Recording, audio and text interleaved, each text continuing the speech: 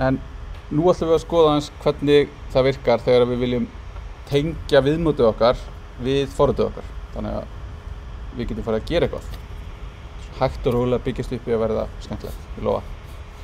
Og þá er þetta atburðir. Og þá er það eitthvað þar sem að það er ekkert, það er fínt að skrifa vefi sem að við bara lesum og við tökum inn upplýsingar. En stundum og oft viljum við gera eitthvað þar sem að við gerum eitthvað. Ég býður upp á að ýta eitthvað og eitthvað gerist til þess að fá eitthvað svona forrit. Og þarna förum við svona yfir í þetta vefforrit úr því að vera hugsanlega bara vefur sem er það bara HTML og CSS þar sem við erum með þetta interaction. Og þá þurfum við einhvern veginn að geta vitað þegar eitthvað gerist. Hvort sem það er að ég skrolla síðuna eða ég ýta á takka eða ég slægi á leikjaborðið, þá gerist eitthvað. Það er eitthvað interaction frá notandanum og við viljum bregðast við því og sýna það einhvern veginn á skjánum. Og þá notum við þetta atburði eða events og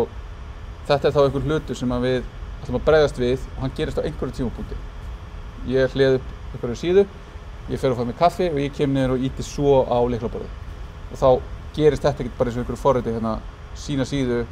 svo er strax ýtt á lyklaborðið, gera eitthvað sem að gerist. Þannig að við erum í raun búin að dekúpla í raun forritið okkar og það bregst bara við þegar eitthvað gerist. Og við segjum bara eitthvað, þegar einhver ýtir á space á lyklaborðinu, þá á þetta að gera. Þegar einhver klikkar á þennan hnapp, þá á þetta að gerast. Og þessir hlutir eru svo að gerast asynchronously. Þeir gerast ósamstillt. Þeir eru ekki að gerast bara svona í röð. Og við getum fylgst með alls konar atburðum og við gerum það með því að bæta við falli á nóður með event listener. Þá er það bara einhver event listener sem fylgist með, hlustar eftir atburðum og keyrir eitthvað forritskóða þegar hann gerist. Þannig að við getum sett á window, þannig að ef einhver klikkar einhver staðar á skjalinu að þá skrifum við út í konsolinn eitthvað skilaboð. Og þegar við skráum að við viljum taka þátt í þessum atburðum, þá getum við bara gert það fyrir hvaða nóðu sem er í DOM-trénu og eins oft og við viljum, nema þá gerist það í first in, first out röð. Þannig að fyrsti sem var skilgreindur er það sem er fyrsti kallað í og svo bara niður röðuna þá til að seinasti er búinn og þá er búið að kalla í event handlerana fyrir þessa nóðu fyrir eitthvað event. Þannig að þetta eru event listener og event handler. Og aðeins ein meðhöndlun á sér stað í einu. Þá kemur aftur til þetta, ef ég er með eitthvað rosalega mikið sem gerist þegar ég ýti á eitthvað takka þá get ég bara frist vafran. Ég get bara látið hann hætta að teikna. Þannig að ef við erum með eitthvað búið til tölvuleik eða gera eitthvað þar sem að hlutirnir eru að hreyfast að þá þurfum við að passa okkur upp á því að við séum ekki að stoppa allt inn í event-handlunum okkar. Þannig að þetta er bara eitthvað ákveðið element,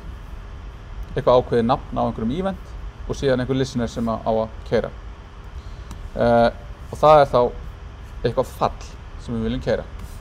Þannig komum við aftur að því. Föll eru bara gildi og við getum bara bundið þau við þarna og sendum inn einhver föll sem síðan bara gerast á einhverjum tímapunkti. Og síðan ef við viljum fjarlæga þá er annað fall sem heitir remove event listener. Þá þurfum við að vita hvaða fall þetta er sem er á að fjarlæga. Þannig að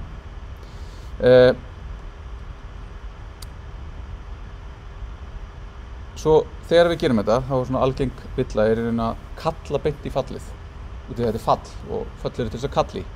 En við viljum ekki kallið þau þegar við viljum að setja í forritið okkar. Við viljum að þau verði kallað í þau þegar eitthvað gerist.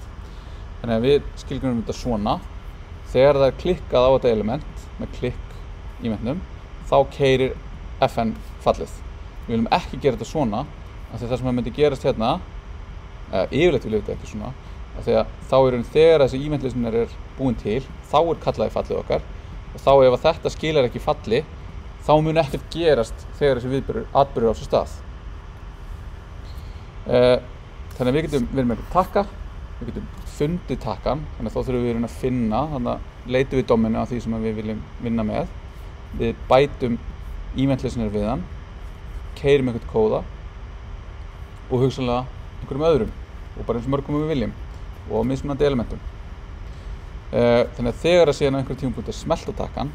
þá keyrir fyrsti skilgreindi handlerinn og síðan næsti. Síðan getum við fjarlægt eftir að búið að kalla hann, nema þá verðum við að vita í raun hvað á að fjarlægja, þannig þá þarf að vera vísun í eitthvað nefnt fall eða breytu sem vísar í fall. Þannig að við bindum þetta við hér og segjum í raun þegar það er að klikka takkan, þá keyrum við once, lokum þetta út, en fjarlægjum hann síðan, þannig að það gerist ekki aftur eftir að fyrsta skipti gerist. Þannig að hérna er þetta bara tengt, þannig að hérna get ég ítt á þennan takka, hann er bara að gera þetta aftur og aftur. Þannig að þetta er bara nákvæmlega saman þegar við erum að skoða.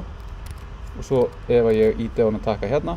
þá gerist þetta einu sinni og nú get ég ítt þessu ofta ef ég vil taka hann, en það er bara búið að fjarlægja event handlerinn. Ok, síðan þegar að ég smelli á lyklaborðið eða á músina eða gera eitthvað, þá fáum við upplýsingar hvað gerðist og það er í raun bara argument í fallin okkar og það er þessi event hlutur sem heitir alls konar upplýsingar. Hann er oftast kallaður eða event og þá er það til dæmis eins og hvaða lykil var slegið á lyklaborðinu, hvaða takka á músinni, hvaða element var actually smellt á. Og út af því að við getum tengt þessa event-leysinara bara allstaðar í DOM-trínu okkar, þá getum við verið með á mismunandi levelum, mismunandi event-handlara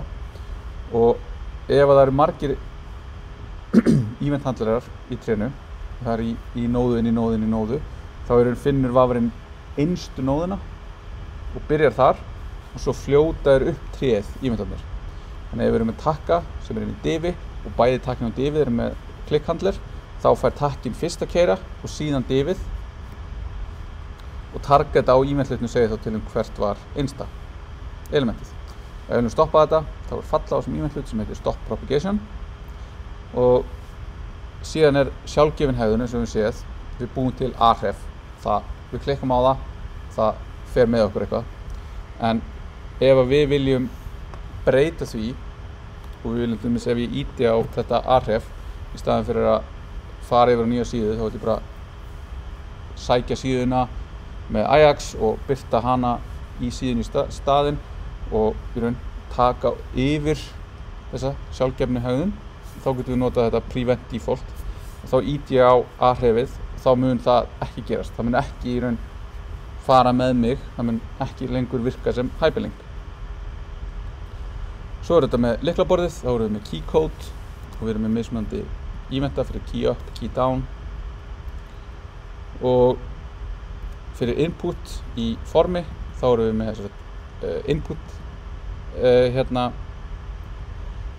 event og change event. Input keyrir í hvert einasta skipti sem við sláum eitthvað inn eða breytum einhverju á inputinu en change er bara þegar búið að breyta. Þannig ég skrif eitthvað inn í eitthvað input, ít á tab eða set músina fyrir utan og þá keyrir eventið. Þannig að hérna höfum við einhvern event, það er hérna einhver texti, það er einhver linkur, það er input type range. Ég finn hérna divið sem er utan þetta allt, ég setja á það að einhvern event leysin er. Ég finn sem bara inputið, ég finn rangeið og ég finn aðeð. Á inputið þá ætla ég að reagera við því fyrir að klikka inn í það og ég ætla að stoppa propagationið. Þannig að ef ég núna fer hérna og ég smelli á divið, þá er ég að smella innan divsins. Ef ég smelli hérna fyrir utan, þá gerist ekki neitt. En ef ég smelli inn í inputið,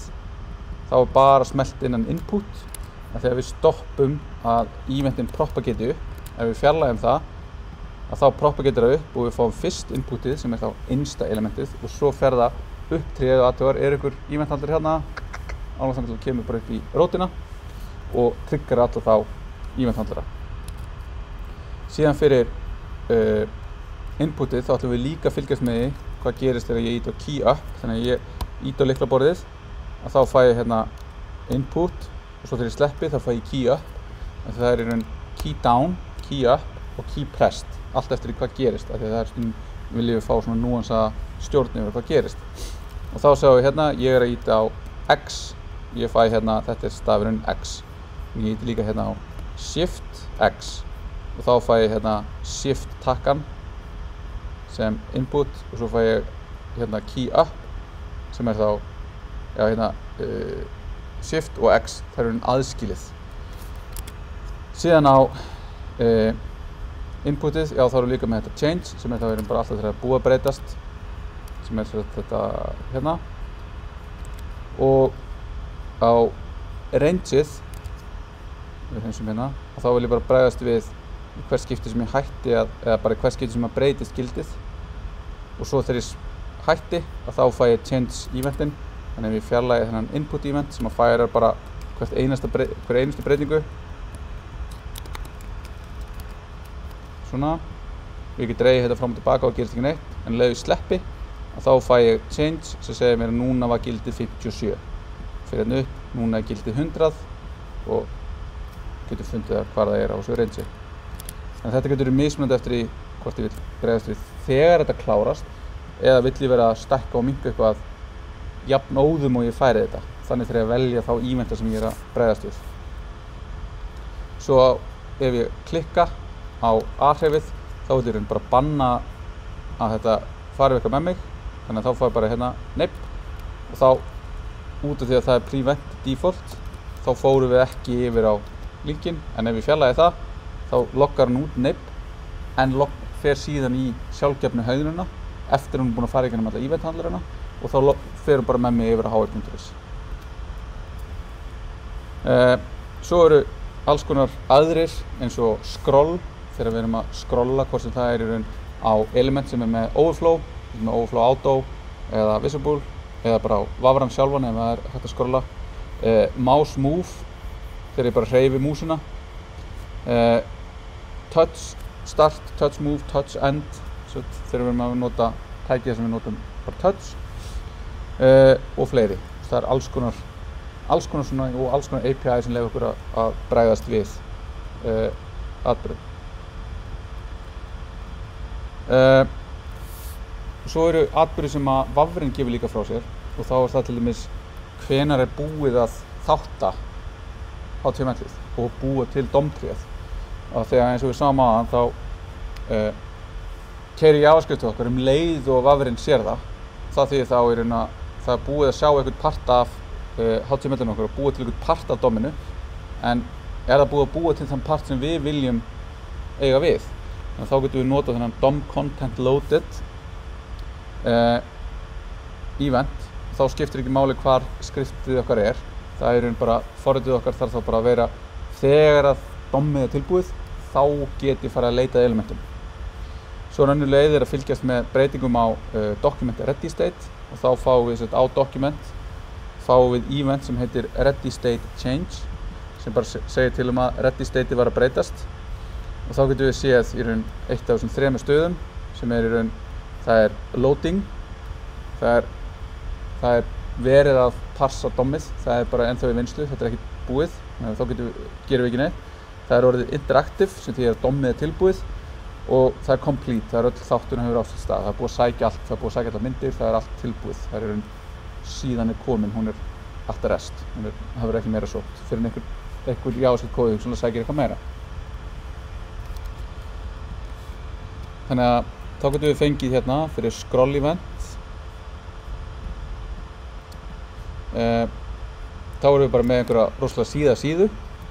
og við erum með einhvern progress bar sem við festum bara uppi og bara position fixed og nær bara yfir allan toppin á vefnum okkar og við setjum hann hérna inn og síðan þegar við scrollum þá hérna dæmi þetta að gera þetta getur verið svona litið saklaust út en ef við vorum í raun að gera margar hluti sem þetta því að biðja þetta tryggjara repaint í vafranum þannig að við gætum í raun fjarlægt til dæmis eins og þetta hérna til þess að við séum ekki að gera 2 repaint tekið þetta út fyrir geymt þetta því að við vitum að síðan okkar ætti ekki að breytast fyrir en eitthvað annað gerist þannig að þá þurfum við að passa upp á ef við tökum þetta út fyrir og við bætum einhverju við síðuna þá allt í einu breytum við konar úr synki og eitthvað svona þannig að þetta getur orðið flókið og síðan bara hversu langt við erum komin á síðunni í raun bara offsetið á síðunni út frá hámarkshæðinni og svo bara segjum við hérna á barinn okkar að hann á að verða prósentu breiður eftir því hversu mikið við erum búin að prósentu skrolla. Þannig að þá fáum við hérna við skrollum niður síðuna og við trökkum uppi og niðri, eða sem sagt trökkum niður hérna og þá trökkum við uppi hversu langt síðan er komið niður. Og ef við skoðum hvað er að gerast hérna og þá fylgjumst við bara með hérna og þá sjáum við að þetta er bara prósentugildi sem er að breytast eftir því sem við skrolla upp eða niður. Hérna er eitthvað overflow á skrollinu en og svo hérna erum við með síðu sem er þá með einhver skriftu hérna sem er þá leið og vafurinn sér hana, keyrir hana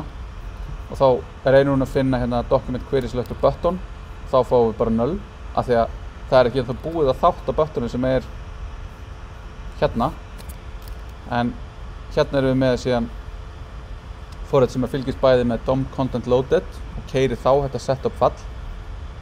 og all eventið sem er hérna á ready state change sem segir þá erum við bara hvert skipti sem að staðan á forritun okkar breytist þá fáum við hérna event. Þannig að við fáum bara interactive og svo fáum við complete og svo er í raun DOM content loaded passar upp á það að ég get ítt á þetta hérna og það skiptir ekki máli hvað það gerist út af því að þegar vafurinn er með DOM tilbúið þá keyrir hann þetta setup fall og í setup fallinu finnum við þennan query selector fyrir buttonið okkar og hann er þá tilbúinn út af því að það er búið að passa allt DOMið og við getum bætt við eventlisnar. Er ready state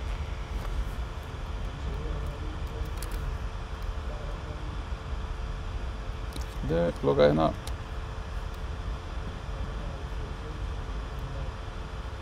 já þetta er ready state change er bara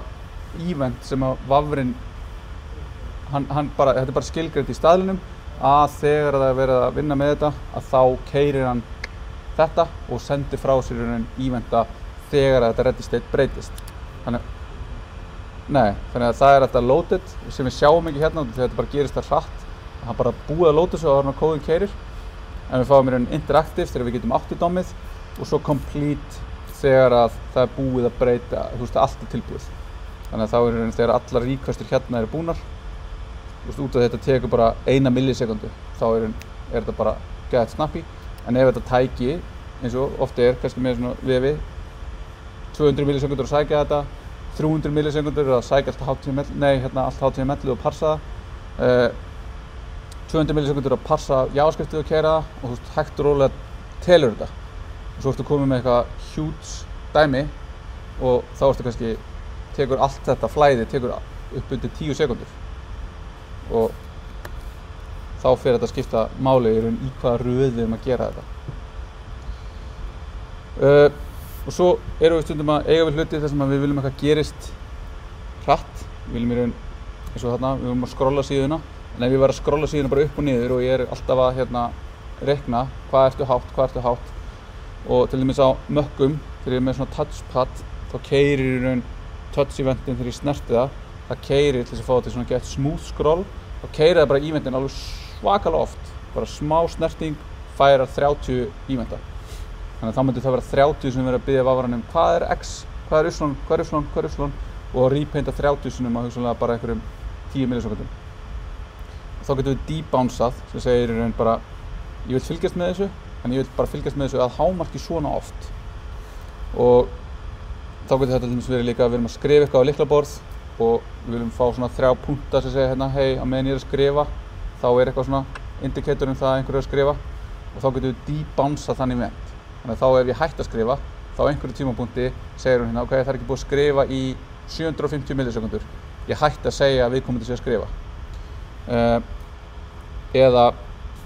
við erum að hreyfa músina og við erum að draga einhvern hlut fram og tilbaka á síðunni. Þú veist, viljum við teikna hann fyrir hvert pixel eða með einhverju ákveðnum fresti. Og það er þetta svona almennt pattern að debouncea. Þá getum við verið hérna eins og við erum að skrifa í eitthvað og þá notum við þetta timeout til þess að búa til svona eitthvað svona gate. Það segir bara eitthvað ok, ég byrja að telja núna og í hvert skipti sem þetta gerist þá ætla ég að byrja upp á nýtt að telja og svo ef við komum að þessu timeout sem þá hérna í þessu tilfelli 500 millisekundur að þá veit ég að þú hættir að skrifa innan minna marka og þá ertu komin yfir hliðið og þá keyrist eitthvað og þá þetta þessi set timeout og set interval sem eru leiðir til að segja eitthvað á að gerast inn í framtíðina. Þannig að eftir einhvern ákveðin tíma ætla ég að breyta eitthvað, ég ætla að gera eitthvað alarm, ég ætla eitthvað. Og set interval, set timeout gerir það einu sinni og set interval gerir það á einhverju ákveðnum fresti. Og þetta skilar teljara sem við getum síðan hreinsað og þá getum við fengið hérna set timeout sem hérna og þá erum við með bara eitthvað sem að blikkar. Þá segjum við að við setjum set timeout á að byrja eftir 1 sekundu og það sem gerist þá að við búum til interval sem segir á 1,5 sekúndna fresti á að blikka og það sem að blikkið gerir að bara svissa bakgrunnslitnum og nota síðan transition til þess að fá þetta effekt að þetta actually að blikka eða svona og svo get ég ítt á escape og þá hættir hún og það sem að escape gerir þá að vera með annan event sem á document sem að keyrir clear interval á þetta interval. Þannig að þannig getum við notað þetta til að fá fram eitthvað sem gerist ítrekað og síðan fyrir debounce hlutin þá erum við að nota þetta fyrir timeout til að setja timeout og síðan ef að timeoutið eftir 500 millisekundur hættir þannig að við getum sett inn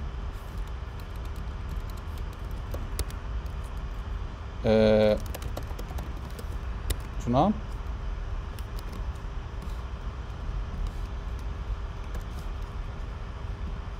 þannig að ég byrja núna í hvert skipti hérna sjáum við að í hvert skipti sem ég slæ eitthvað inn á lyklaborðið þá hækkar þessi hérna tala og svo ef ég hætti að skrifa í 500 millisekundur þá skrifar hún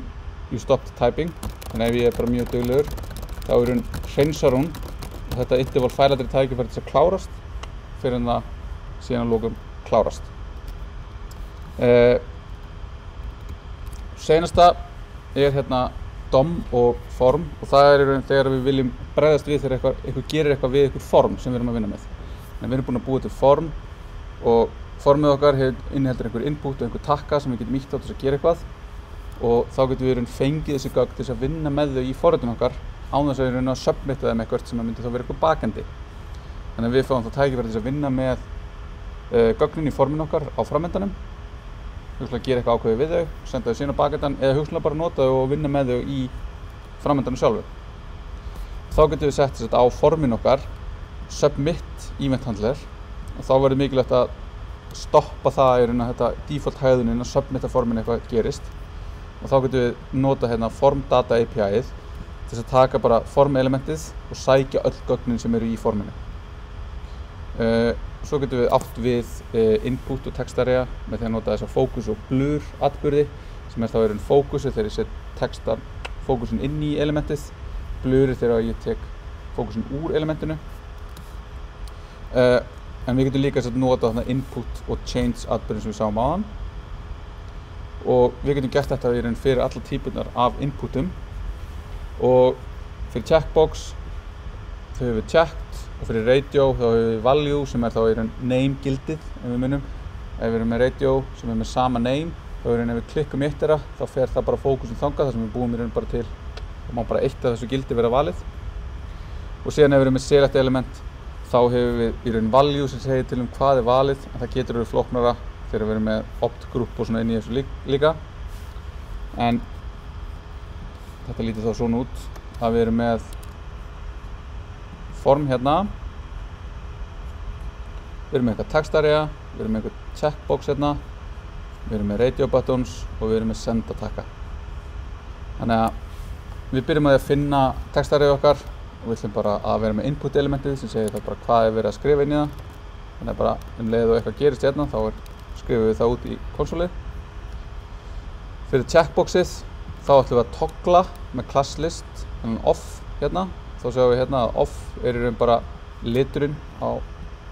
svissuðu litnum á hérna á HTML-inu okkar, á bodyunum okkar. Síðan fyrir radioin, þá verður þetta aðeins meira vesen, af því við þurfum í raun að finna öll radioin og setja change eventin á þau öll. Þannig að þá gerum við hérna, við finnum öll radioin, setjum á þau öll radio changed og þá getum við vita í raun hvaða þegar breytingin á sér stað og vafrinn sér þá að passa upp á að það getur bara eitt verið valið í einu. Og